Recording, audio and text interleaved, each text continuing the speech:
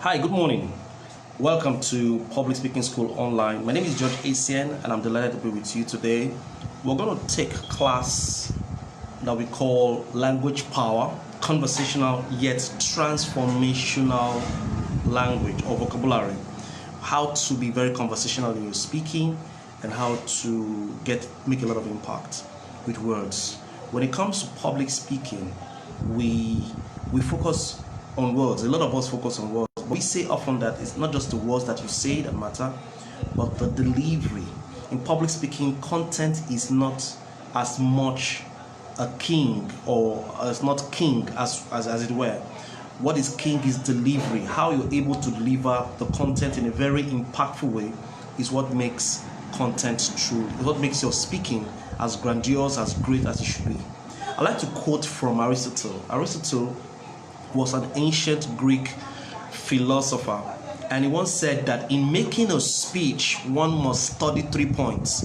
First, the means of producing persuasion, that is the channel or the technology of producing the persuasion you are trying to achieve. Second, the language itself. Third, the proper arrangement of the various parts of the speech. So I'd like you to just divide that statement, that quote by Aristotle. The means of producing persuasion means the channel. What channel you're using is very important in producing persuasion. The second thing is the language. You've got to study language. You've got to study language. You've got to study the language you're using. And right now, English is what we use. English is so important. You need to understand how that important English is. And you want to understand grammar, you want to understand your tenses, you want to understand proper pronunciation, because language impacts on the audience. And of course, the last thing he said, as we break it down, is the arrangement of the various parts of speech. That is the way you open your presentation, the way you close your presentation. So Aristotle is saying that while channel is important, language is also very important. But beyond even channel and language, what is most important is the arrangement. So before you climb the stage, any stage, you want to think about, how am I going to open this presentation? How am I going to transition? How am I going to close my presentation? What tonality am I going to use? What icebreakers am I going to use? So those are the things that come to mind, and that helps you arrange your various parts in your speech. All right, but today we'll look at language. We'll look at language, and I want us to focus on transformational vocabulary. Words that you can use that will impact people more. Do you know that there are certain words that you can use that will impact lives, that will literally move a person from where you want them to be to where they are to where you want them to be, that can move them from that negative limitation, break them out from that negative limitation such that they can now become free from the words that you use. And so we'll study transformational vocabulary. Transformational vocabulary is actually transforming ordinary words that you consider very ordinary, and making them extraordinary, as it were. Let me give you an assignment to do. It will help you. This assignment will really help you live a rich life, and will help you improve your speaking. One thing that we know about speakers is that speakers are readers. They have this appetite for knowledge. And so what you want to do is you want to have a library. Often I ask my students who are public speaking students, I said, look, do you have a library? Do you have a personal library where you have that cuts across everything, psychology, philosophy, management, business? You just read. Because when you speak, you want to be perceived as someone who has an array of knowledge, different kinds of knowledge. So reading is important. But beyond just reading different materials and different books, especially for your speech preparation, one thing you want to do is you want to read to learn, and to learn new words, and to increase your vocabulary. So when you get a new book, like I have a book I'm reading here. The book is titled Speak with Power and Confidence by Patrick Collins. That's the book I'm reading. And what I do is that I deliberately and intentionally underline new words that I'm not acquainted with or I'm not familiar with. Every time I see a new word in this book or in any book I read, I will underline it. And for me, write the meaning of the words on the book, maybe by the sidelines or at the top or below. I always write the meaning of the words. But for my students, I tell them so they can have a journal, always material. I get them to get a journal or a book, a jotter, sort of, where that they, every time they get to encounter a new word, they write that word down and write out the meaning. I'm saying you should be very deliberate about this. Have you ever done that before? Maybe you should do that. So you take down those words and write them and write the meaning. And the last part is the application part, where you now start trying to apply, to use it in your conversation. Use it as you speak, so that whenever you have a presentation, those words that you have gotten out and you've done out, written out their meanings, you can now try using them. I take it a step further for my students. What I tell them to do more is, you've captured the words, you've written out their meaning. Why don't you write a few sentences? So sometimes 3-4 sentences with those words, so that as you write them down, it gets into your subconscious and you can remember them. And then deliberately try to use them in conversation, in presentation. It will help you. This very simple practice will literally change your speaking life. Yeah, it will help you become a far better speaker than you are right now. That's very simple practice. It will expose you, it will get you to encounter words that you probably never have encountered before. And this is important. Now, when you're exposed to certain words, when you're exposed to certain words, you are also exposed to the synonyms of those words. What that means is that if, for example, you learn about a new word, it can be chalandia, or it can be ostracized, whatever word it is. Because you know that word and you find the meaning of that word by studying, by using a dictionary, you are now going to be exposed to 10 other synonyms of that word. And what that means is that your mind literally expands. Every time you are exposed to a new word, your mind expands. And according to Oliver Wendell Holmes, whenever your mind is expanded or it expands, it never returns back to its original dimension. And that's very striking. So new words broaden your perspective. New words expands your mind. New words expose you to, makes you become a big thinker, a large thinker. The quality of our thoughts is dependent on the quality of words that we have in our minds. In fact, our thoughts are made up of mental words, labels. Our thoughts are our mental labels, are words that we have in our minds. Our beliefs are words in our minds. Our emotions are words in our minds. Everything we are is we actually find a way to use a word to represent what we believe, what we say, what we think in our minds. And this is so striking. So deliberately do this, and you'll be surprised at how you will be exposed to new words. The average person has very few words he has access to, and so he's not very expressive. When people are not expressive, they don't have words to say, they become a lot more aggressive. When people are not expressive, they become aggressive. So you see people becoming very angry because they don't have words to express how they truly feel. They resort to aggression. And that's why you need to enrich your words, enrich your mind with words. Every industry has words. Sometimes they have acronyms, sometimes they have words, they have stuff. So you want to, if you are in a particular industry, you want to be acquainted with the words and the terms in that industry. If I'm doing a speech for doctors now, because I want to connect deeply with doctors, I would have to understand the terminologies that doctors use. I want to understand those terminologies. If I'm talking to lawyers, I want to understand their terminologies. I want to use their language, because it enriches the conversation. It makes them feel that I have done some research. It also makes them have a connection with me. Language is a very strong connector, and you must learn how to use it. So if you're giving a speech to young people, you want to be slangish. You want to use all kinds of words that they use, because with language we can mirror people, and by mirroring we can develop rapport. And if we can develop rapport with people, we can persuade them. So be careful with words. Be deliberate about words. Have a collection of words. Have a collection of phrases. I take it a step further for my students. One of the things I do for them, I get them to do, is to is to start looking out for idioms, idiomatic expressions. Now, most of us do not know that a lot of our conversations, you know, are idiomatic expressions, a lot of it. And the beautiful thing about idiomatic expressions is that they are mostly metaphoric, or they are metaphors. All right, these idiomatic expressions are metaphors, and they may mean a particular thing. They may be descriptive of a particular thing, but they don't mean that thing exactly. For example, you say to somebody, kick the bucket. He kicked the bucket. Now, bucket and kicking a bucket don't relate to the meaning of that expression.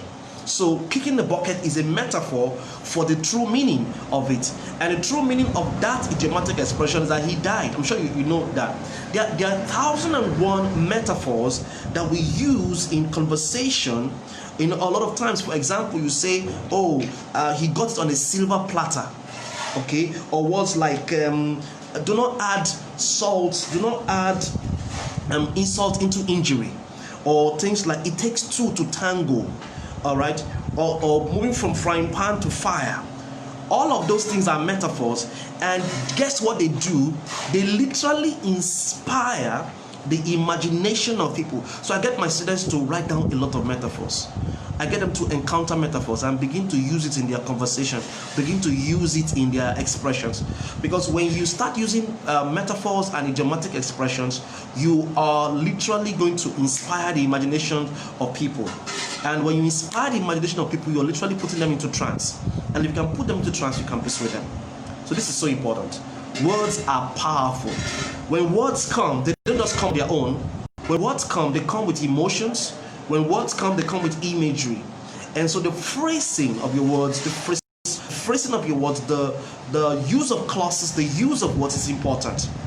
And so let's talk about transformational vocabulary. Words that you can transform and can make better. Phrases that you can transform and can make better. One simple way to transform words is to convert, rather than say ordinary statement, but to find a way to use idiomatic expression. Become a lot more. I have a book here right in front of me that has, over 100 idiomatic expressions that we use on a regular basis. Pulling, don't stop pulling my leg. That's an idiomatic expression. Give me a benefit of the doubt. Let bygone be bygone. That's an idiomatic expression. The pot calling the kettle black. That's an idiomatic expression. For better, for worse. That's an idiomatic expression. Let's not get into, I'm at loggerheads with my boss. That's an idiomatic expression. The devil makes work for idle hands. That's an idiomatic. There are many hundred, and you can go online right now and search up for idiomatic expressions and see how you can use them to enrich your expressions. Now let me tell you this about words. What's transformational vocabulary for those who are writing? Transformational vocabulary is the conscious use of specifically chosen words or phrases to intensify or diminish any emotional states, positive or negative. Transformational vocabulary is the conscious use of specifically chosen words or phrases to intensify or diminish any emotional state, or positive or negative. So I can take a word and I consciously transform that word into something. I change it into a phrase. Or I take a word and I look up for an empowering alternative word, and I use it to impact lives. That's what it means to transform words. And a lot of us have to be very careful. I'll give you an example. Two children, they go to the same school. They have two parents. They go to the same school. They get exposed to the same information. All right. Apparently, the outcomes most likely supposed to be the same. Probably they're doing the same course. But if one of the parents of one of the kids, let's say kid A and kid B, kid B's parents begins to expose kid B to new information like financial market, make him understand what financial market, the stock market and all of that, begin to help him understand or her understand that, who will see opportunities faster? Is it kid A or kid B? Your guess is as good as mine. Kid B would be exposed to information. It will see money, probably watching channels TV, and sees an information that gets him to take one quality action. The person who will see resources and finances faster will be the person who is exposed to words and terms about finance. That's how this thing works. So the quality of your life is dependent on the quality of words you have available to you. The quality of words available to you. And I want to say this also for those of you who are taking down notes, that you can actually delete certain experiences from your life by deleting certain words. On a personal level, you can delete certain experiences from your life by deleting certain words. There are certain tribes and nations around the world where they've never heard the word war before. They don't use the word. It's not in their conversation. It's not in their vocabulary, and they have never fought a war before. Certain tribes, certain ethnicities in our world, they have never used the word war. They don't have it in their vocabulary, and they have never ever fought war. Have you noticed that there was a time in Nigeria where the term suicidal, or depression, or nervous breakdown was not a term we had going for us. We didn't have that in our conversation. We didn't have that in our vocabulary. And you'll be surprised to know that the number of people who committed suicide, and who were suicidal, and who were depressed, who had nervous breakdown was very limited. Until very recently, when we started adopting that as a vocabulary. So when you don't have a word to label your experience, you don't have that experience. When you don't have a word to label your experience, you don't have that experience. So if you don't have a word for failure, if you don't use the word failure in your conversation, you will not have failure in your life, or you will not see failure. Even when you fail, you have another word to label it. You see, whatever we call an experience is what the experience is, what our mind accepts that experience to be. So you want to begin to relabel certain words, or to totally delete these words from your conversation, from your vocabulary, so that you can have more enriching experiences. Does it make sense? So the words that you're exposed to, the words that you know and you have, determine to a large extent how enriching your life is. If you keep using words of success, of life, of greatness, you have certain words that you use on a regular basis, that's the experience you have. Because words come with feelings, and feelings is power. So you see, this thing we're talking about can also apply to you as an individual. It can work on you. So that means that you can wake up in the morning and say good things to yourself and feel good. You can use words to knock out stage frights. You can use words to knock out fear. You can use words to get confidence to come on your inside, to envelope you. You know, you can use words so powerfully. So be very careful about the kind of words that you use, because they determine how you feel, they determine the kind of experiences that you have. They also determine your kind of thinking. Our beliefs are made up of words. Our thinking is made up of words, and they literally attract or repel things. So words are so important for you as an individual. For you. Now, beyond just words being important for you, words are important for others. One of those days we came to the office, and then what we did was that we told one of our staff that she wasn't looking so good. For whatever reason, you're not looking so good today, what's wrong? And we had arranged it. All three of us in the office, or four of us, we said to her, oh, you're not looking good. At different times. First person came in the morning, said it to her. Sometime in the afternoon, that person met her and had a conversation and told her, look, you're not looking so good today. Third person, fourth person, fifth person. And it became so strange. It became so sad, because all of a sudden she started feeling as if she was not feeling well, because words play a major role in the impact we have, as in the way we feel, the way we live. So what you can say something to somebody and you change his mood. You can say, oh, you're looking good this morning, and the person is head over heels. The person is walking so excitedly all day because of that singular word you say.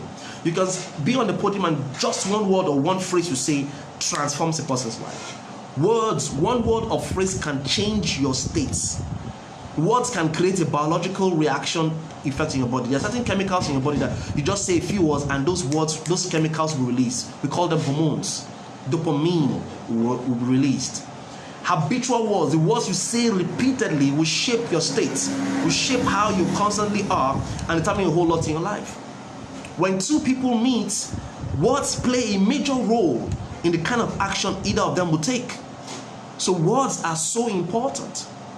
Words are so important. They're so important that if you adopt the language pattern of an individual, if you adopt the language pattern of an individual, you would enjoy or you would experience his emotional patterns. If I copy your language pattern, if I copy your vocabulary, if I copy your tonality, if I copy your everything that you say, I will assess your emotional state. That's how words are powerful. That's how words are powerful. So very, very powerful. And you've got to be careful about the way you use words. Now, let me say this. According to the Compton's Encyclopedia, the English language has over 750,000 words. The English language has 750,000 words. And now we only use, 500 to 2,000 words.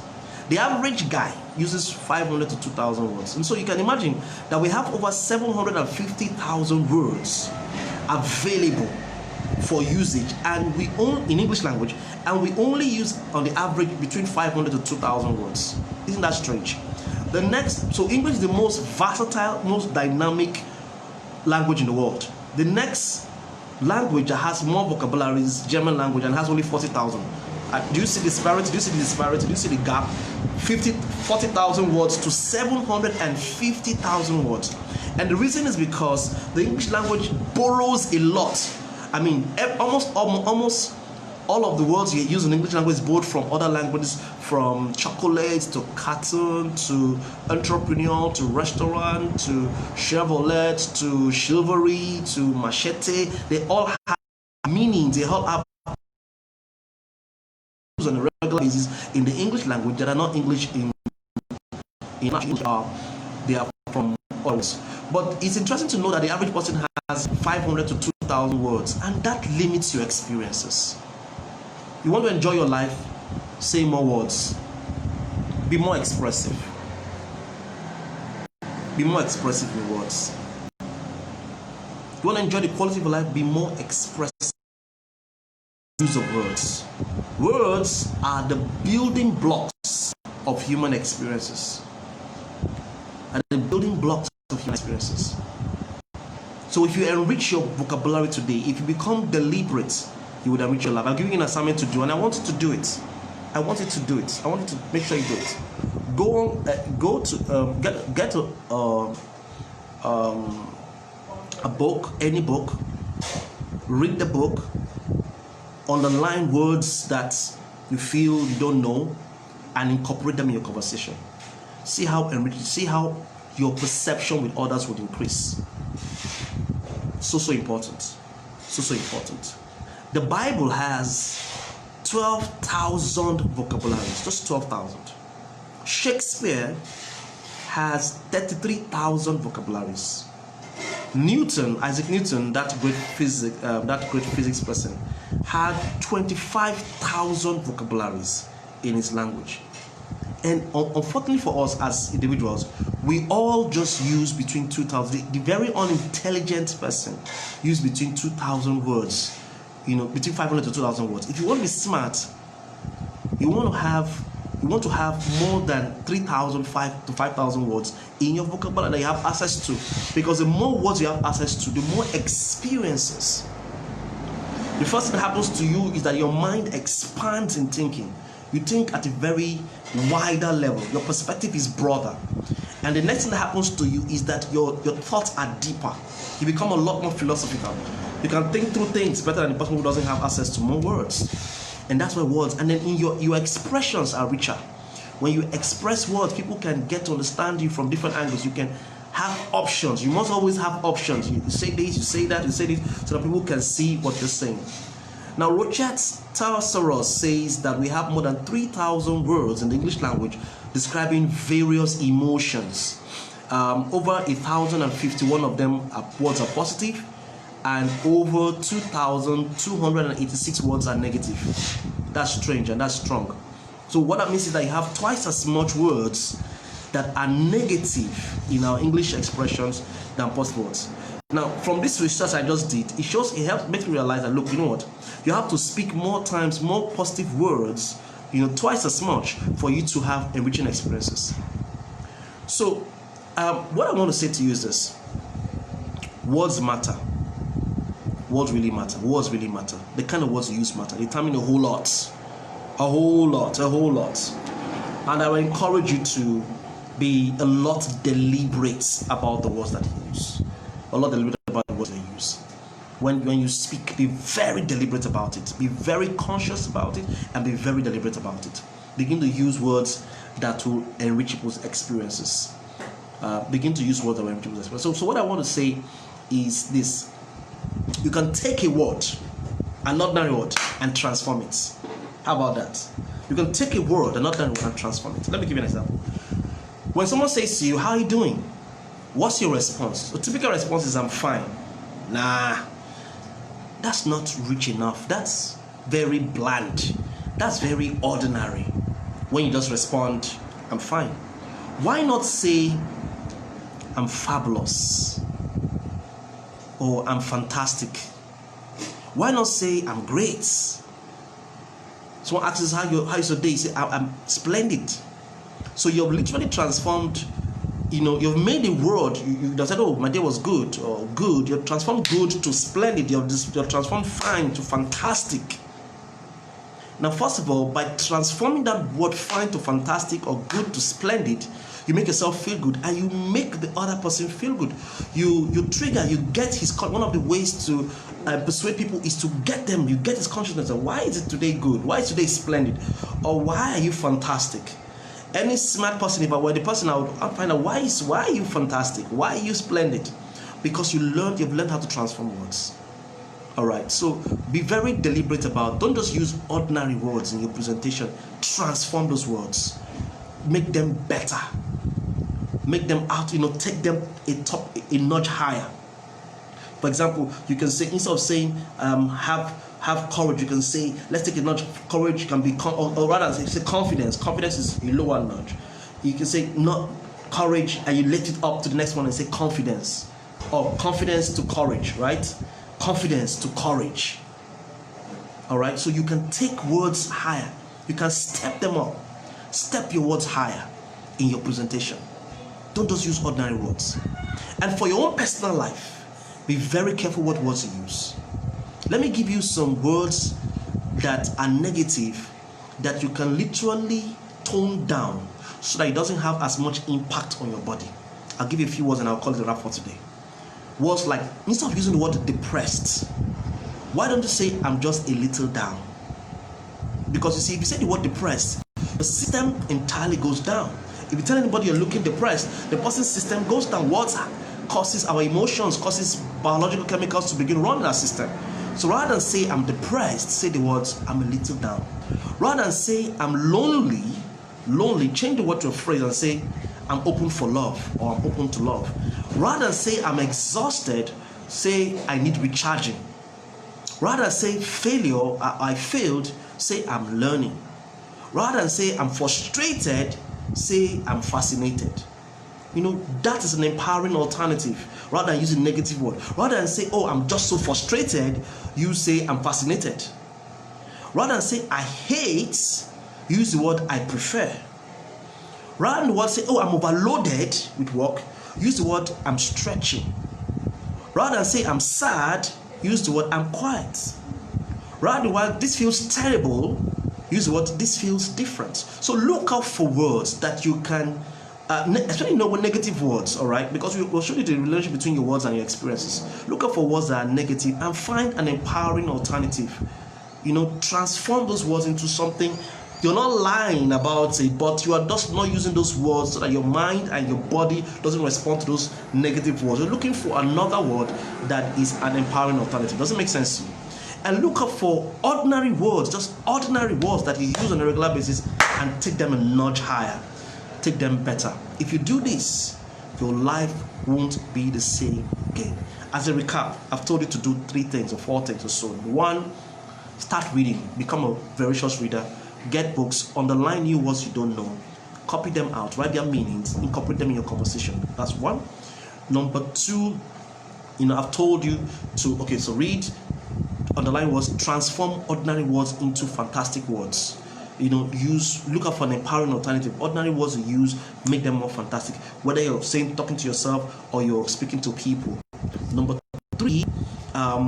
If you have any negative word around you, any word you use on a regular basis, look for an empowering alternative and see how your life won't be the same. I hope you got value today. I hope you learned something. So go out there and turn people's life around by using the right words and using transformed, empowering words. Increase your vocabulary, because if you increase your vocabulary, increasing the experiences you have, delete certain words from your life, and your life won't be the same. Okay. I look forward to seeing you some other time. God bless you.